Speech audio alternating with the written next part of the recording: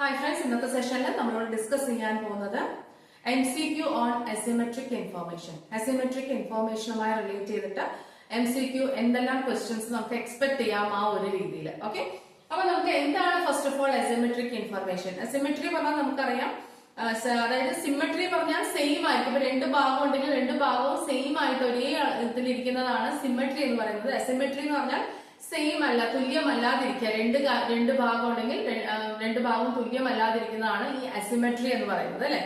അപ്പം എന്താണ് asymmetric information? ഇക്കോണമിയിൽ ഒരു ട്രാൻസാക്ഷൻ നടക്കുന്ന സമയത്ത് രണ്ട് പാർട്ടീസ് ഉണ്ടാവാം. ആ രണ്ട് പാർട്ടീസിൽ ഒരു പാർട്ടിക്ക് പൂർണ്ണമായിട്ടുള്ള ഇൻഫർമേഷൻസ് അവൈലബിൾ ആവുകയും എന്നാൽ മറ്റേ പാർട്ടിക്ക് പൂർണ്ണമായിട്ടുള്ള ഇൻഫർമേഷൻസ് ഇല്ലാതിരിക്കുകയും ചെയ്യാം അല്ലെ. അപ്പൊ ട്രാൻസാക്ഷനിൽ അതാണ് നമ്മൾ എന്ത് പറയാ അസിമെട്രിക് ഇൻഫർമേഷൻ എന്ന് പറയാം.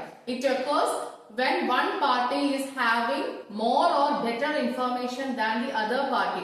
മറ്റുള്ള പാർട്ടിയെക്കാളിനെ ട്രാൻസാക്ഷൻ ഒരു ട്രാൻസാക്ഷനിൽ ഒരു പാർട്ടിക്ക് കൂടുതൽ ഇൻഫർമേഷൻസ് ലഭിക്കുകയും എന്നാൽ മറ്റേ പാർട്ടിക്ക് കൂടുതൽ ഇൻഫർമേഷൻ അതായത് എന്ന് വെച്ചാൽ അത്രയ്ക്ക് ഇൻഫർമേഷൻ ലഭ്യമാകാതിരിക്കുകയും ചെയ്യുന്ന ഒരു സിറ്റുവേഷൻ ഉണ്ടാവും. അതാണ് അസിമെട്രിക് ഇൻഫർമേഷൻ എന്ന് പറയുന്നത്. അപ്പൊ നമ്മൾ കാറ് വാങ്ങിക്കാൻ പോകുന്ന സമയത്ത് കാർ വിൽക്കുന്നയാൾ ആ കാറുമായി റിലേറ്റ് ചെയ്തിട്ടുള്ള കംപ്ലീറ്റ് ഡീറ്റെയിൽസ് ഫുള്ളും റിവീൽ ചെയ്യാൻ തയ്യാറാവുകയില്ല ഒരിക്കലും. കറക്റ്റ് അല്ലേ?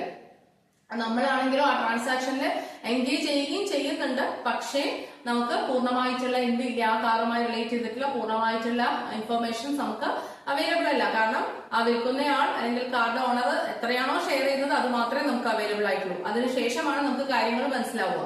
അതേപോലെ തന്നെ നമ്മള് എന്താ പറയാ ഒരു ഇൻഷുറൻസ് എടുക്കുന്ന സമയത്ത് നമ്മള് കംപ്ലീറ്റ് ഇപ്പൊ ഞാനൊരു ഇൻഷുറൻസ് അത് എടുക്കാൻ പോവാണെന്നുണ്ടെങ്കിൽ ഞാൻ കംപ്ലീറ്റ്ലി ഫിറ്റ് ആണെന്നുള്ള രീതിയിലായിരിക്കും എടുക്കാൻ പോകുക. പക്ഷെ എനിക്കറിയാം എനിക്ക് പേഴ്സണലി എന്തെല്ലാം ഹെൽത്ത് ഇഷ്യൂസ് ഉണ്ട് എന്നുള്ളത് നമുക്കറിയാം. നമ്മൾ കംപ്ലീറ്റ്ലി റിവീൽ ചെയ്യാതെയാണ് ഹെൽത്ത് ഇൻഷുറൻസ് എടുക്കാറുള്ളത്. കറക്റ്റ് അല്ലേ? അപ്പം അവിടെ ഇൻഷുറൻസ് കമ്പനി നമ്മളും രണ്ട് പാർട്ടീസ് അതിൽ എനിക്ക് പൂർണ്ണ ഇൻഫർമേഷൻസ് അവൈലബിൾ ആണ്, ഇൻഷുറൻസ് കമ്പനിക്ക് അവൈലബിൾ അല്ല. കറക്റ്റ് അല്ലേ? എന്നിരുന്നാൽ കൂടി അവിടെ എന്ത് നടക്കുന്നുണ്ട്? ആ ഒരു ട്രാൻസാക്ഷൻ ആ ഒരു പ്രോസസ്സ് നടക്കുന്നുണ്ട്. That is asymmetric information. അത്രേ ഉള്ളൂ. അത് മെയിൻലി കാർ മാർക്കറ്റില് യൂസ്ഡ് കാർ മാർക്കറ്റ്സിലാണ് വരിക കേട്ടോ അസിമെട്രിക് ഇൻഫർമേഷൻ എന്ന് പറയുന്നത്. അപ്പം it occurs when one party in A transaction has more or better information than the other party. Correct?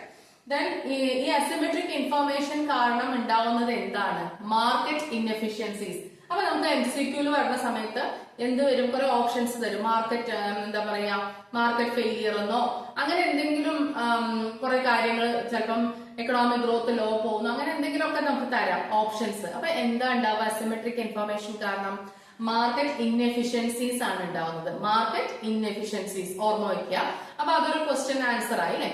Market inefficiencies. പിന്നെ അസിമെട്രിക് ഇൻഫർമേഷന്റെ ഡെഫിനിഷൻ ആ ഒരു കാര്യം എന്താണെന്ന് മനസ്സിലാക്കിയാൽ പിന്നെ അതുമായി റിലേറ്റ് ചെയ്തിട്ടുള്ള സ്റ്റേറ്റ്മെന്റ്സോ വല്ല വരുവാണെങ്കിൽ നമുക്ക് മനസ്സിലാക്കാം കേട്ടോ.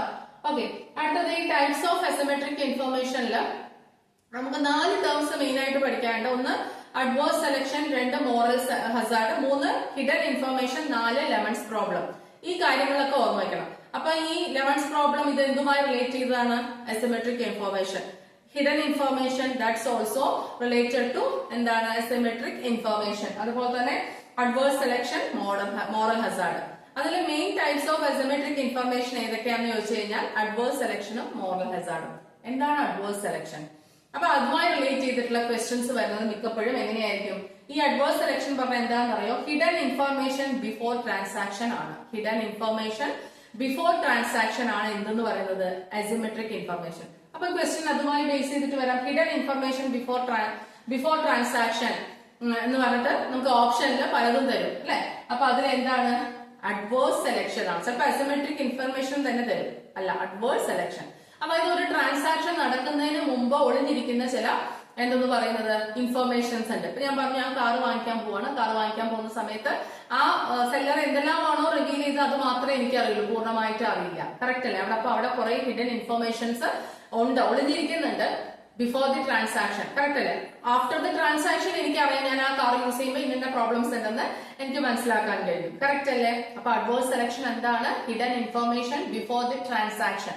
ട്രാൻസാക്ഷന് മുമ്പ് നടക്കുന്നത്. ഓക്കെ, അപ്പൊ അങ്ങനെ ഒരു ക്വസ്റ്റ്യൻ വന്ന് നമുക്ക് ആൻസർ ചെയ്യാൻ പറ്റും. അതേപോലെ തന്നെ മോറൽ ഹസാർഡ്. എന്താ മോറൽ ഹസാർഡ്?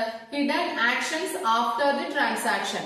ആ ട്രാൻസാക്ഷന് ശേഷമുള്ള ഹിഡൻ ആക്ഷൻ ആണ് എന്തെന്ന് പറയുന്നത്? മോറൽ ഹസാർഡ് എന്ന് പറയുന്നത്. അപ്പം നമുക്ക് ഇങ്ങനെ ഒരു ക്വസ്റ്റ്യൻ ചോദിച്ചാൽ ആൻസർ ചെയ്യാൻ പറ്റില്ലേ? Hidden actions after the transaction in asymmetric information. What is that?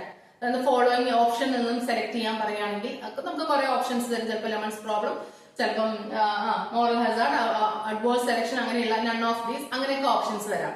അപ്പൊ ഏതാണ്? മോറൽ ഹസാർഡ് ആണ്. ഇതിന് ശേഷം, അതായത് ഇപ്പൊ ഞാൻ ഒരു കാർ വാങ്ങി, കാറിന് ഒബ്വിയസ്ലി ഞാൻ ഇൻഷുറൻസ് എടുക്കുമല്ലോ. ഇൻഷുറൻസ് എടുക്കുന്ന സമയത്ത് ഞാൻ ഭയങ്കര കെയർഫുൾ ആയിട്ട് കാർ ഓടിക്കും. ഇൻഷുറൻസ് എടുക്കുന്നത് വരെ കെയർഫുൾ ആയിട്ടൊക്കെ ആയിരിക്കും കാർ ഓടിക്കുന്നതിന് ശേഷം, ഇൻഷുറൻസ് എടുക്കുന്ന ശേഷം റെക്ലെസ്ലി കെയർലെസ്ലി ഒക്കെ നമ്മൾ വളരെ റഫായിട്ടൊക്കെ ആയിരിക്കും നമ്മൾ ഓടിക്കുക. കാരണം എന്താ? ഇൻഷുറൻസ് ഉണ്ടല്ലോ, എന്തുണ്ടെങ്കിലും ഇൻഷുറൻസ് കവറേജ് ഉണ്ടല്ലോ എന്നുള്ള രീതിയിൽ. ഓക്കെ, അതുപോലെ തന്നെ ഇപ്പൊ ഹെൽത്ത് ഇൻഷുറൻസും അങ്ങനെയാണ് പലരും ചെയ്യുന്നത്. കുറെയൊക്കെ നമ്മൾ ഭയങ്കരമായിട്ട് ശ്രദ്ധിക്കും. പക്ഷെ ഇൻഷുറൻസ് എടുത്തു കഴിഞ്ഞാൽ ചെറിയ എന്തെങ്കിലും ഹെൽത്ത് ഇഷ്യൂസ് വന്നാലും കുഴപ്പമില്ല, നമുക്ക് മാനേജ് ചെയ്യാൻ ഇൻഷുറൻസ് ഉണ്ടല്ലോ. ഓക്കെ, അപ്പൊ ആഫ്റ്റർ അത് കഴിഞ്ഞിട്ടുള്ള ആക്ഷൻസ് ആണ്. പക്ഷെ ഇൻഷുറൻസ് അല്ലേ, ഹെൽത്ത് ഇൻഷുറൻസ് എടുക്കാൻ പോകുന്ന സമയത്ത് നമ്മൾ ഫിറ്റ് ആണ്, നമ്മുടെ ഹെൽത്ത് ഹാബിറ്റ്സ് ഇങ്ങനെയാണ്, അങ്ങനെയാണ്, ഇതെല്ലാം ധരിപ്പിച്ചായിരിക്കും നമ്മൾ എടുക്കുന്നത്. പക്ഷെ അതിനുശേഷം നമ്മൾ കുറച്ച് കെയർലെസ് ആയിട്ടായിരിക്കും ചെയ്യുന്നത് കാര്യങ്ങൾ. ഓക്കെ, അത് അത്രയ്ക്കും ഇല്ല, പക്ഷെ എങ്കിൽ കൂടി ഈ കാറിന്റെ കാര്യത്തിൽ നമുക്കത് പറയാം. അപ്പൊ അതാണ് എന്തെന്ന് പറയുന്നത്? Hidden actions after. അതാണ് എന്ത്? മോറൽ ഹസാർഡ് എന്ന് പറയുന്നത്. ഇനി അടുത്തത് ലെമൺസ് പ്രോബ്ലം. അപ്പൊ പല രീതിയിൽ പറയാം, കുറച്ചും കൂടി സിമ്പിൾ ആയിട്ടുള്ള രീതിയിലാണ് നമ്മളിവിടെ പറഞ്ഞിരിക്കുന്നത് കേട്ടോ. ലെമൺസ് പ്രോബ്ലം എന്ന് പറയുന്നത് ജോർജ് എക്കർലോഫിന്റെ കോൺട്രിബ്യൂഷൻ ആണ്. അപ്പൊ ലെമൺസ് പ്രോബ്ലം ഓർമ്മ വയ്ക്കുക, ജോർജ് എക്കർലോഫ്. ലെമൺസ് പ്രോബ്ലം ആരുടെയാണ്? ജോർജ് എക്കർലോഫ് ആണ്, അദ്ദേഹത്തിന്റെ കോൺട്രിബ്യൂഷൻ ആണ്. അതെന്താണ്? യൂസ്ഡ് കാർ മാർക്കറ്റ്സിൽ നമ്മൾ കാർ വാങ്ങിക്കാൻ പോകുന്നു. ശരിക്കും പറഞ്ഞാൽ ലെമൺ കൊണ്ടുള്ള ഒരു കാർ അദ്ദേഹം മോഡൽ വെച്ചിട്ടൊക്കെയാണ് അത് എക്സ്പ്ലെയിൻ ചെയ്തിരിക്കുന്നത്. അപ്പൊ നമ്മൾ ആ കാർ വാങ്ങിക്കുന്ന സമയത്ത് അവര് പ്രോമിസ് ചെയ്യുന്ന എല്ലാ കാര്യങ്ങളും ഉണ്ടാകും. നമ്മൾ ശരിക്കും വാങ്ങിച്ചു കഴിയുമ്പോൾ അത് ലെമൺ കൊണ്ടുണ്ടാക്കിയ ഒരു കാർ പോലെ ആയിരിക്കും. കാരണം വേറെ ഒന്നുമല്ല, ഒരുപാട് പ്രോബ്ലംസ് ഉണ്ട്, വാങ്ങി കഴിയുമ്പോഴാണ് നമുക്ക് അറിയുന്നത്. ഇല്ലേ, മനസ്സിലായില്ലേ? അതാണ് ലെമൺസ് പ്രോബ്ലം എന്ന് പറയുന്നത്. അപ്പൊ ആ ലെമൺസ് പ്രോബ്ലം യൂസ്ഡ് കാർ മാർക്കറ്റ്സിൽ ഉണ്ടാവുന്നതാണ്. കാർ പർച്ചേസ് ചെയ്യുന്ന സമയത്ത് നമുക്ക് പൂർണ്ണമായിട്ടുള്ള ഇൻഫർമേഷൻസ് അവൈലബിൾ അല്ല, അവരുടെ പ്രോമിസും കാര്യങ്ങളും വെച്ച് നമ്മൾ വാങ്ങിക്കുന്നു. അതിനുശേഷം യൂസ് ചെയ്യുമ്പോഴാണ് നമുക്ക് കാര്യങ്ങൾ മനസ്സിലാവുന്നത്. അപ്പൊ ജോർജ് എക്കർലോഫ്. ഓക്കെ, ഇനി ഈ അസിമെട്രിക് ഇൻഫർമേഷനുമായി റിലേറ്റ് ചെയ്തിട്ട് 3 ഇക്കണോമിസ്റ്റുകളുടെ പേര് ഓർമ്മ വയ്ക്കണം. അത് ആരൊക്കെയെന്ന് വെച്ചാൽ, ഒന്ന് Michael Spence, 2 Joseph Stiglitz, Michael Spence, Joseph Stiglitz, then ആരാണ്?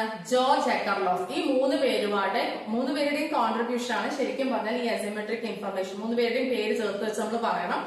അതില് അവർക്ക് 2001 നൊബേൽ പ്രൈസും കിട്ടിയിട്ടുണ്ട് കേട്ടോ. ഈ ഒരു വർക്കിന് 2001 നൊബേൽ പ്രൈസും കിട്ടിയിട്ടുണ്ട്. അപ്പൊ ഈ എക്കണോമിക്സുകളുടെ പേരും റിലേറ്റഡ് ആയിട്ടുള്ള ക്വസ്റ്റ്യൻസ് നമുക്ക് എക്സ്പെക്ട് ചെയ്യാം. അപ്പൊ നമ്മൾ ഏതൊക്കെയാണ്? മൈക്കൽ സ്പെൻസ്, അതേപോലെ തന്നെ ജോസഫ് സ്റ്റിഗ്ലിറ്റ്സ്, പിന്നെ ജോർജ് എക്കർലോഫ്. ഓക്കെ, 3 പേരുടെയും പേര് ഓർമ്മ വയ്ക്കുക. എക്കർലോഫിന് എസ്പെഷ്യലി ലെമൺസ് പ്രോബ്ലം ആയിട്ട് ചേർത്ത് ഓർമ്മ വയ്ക്കുക. ഓക്കെ, അപ്പൊ ഇത്രയുമാണ് കാര്യങ്ങൾ. അപ്പൊ ഇങ്ങനെയുള്ള ചെറിയ ചെറിയ ക്വസ്റ്റ്യൻസ് മാത്രമേ ഈ അസിമെട്രിക് ഇൻഫർമേഷനിൽ നിന്ന് നമുക്ക് എക്സ്പെക്ട് ചെയ്യാൻ പറ്റുള്ളൂ. Okay, so make it clear, repeat the video. Thank you.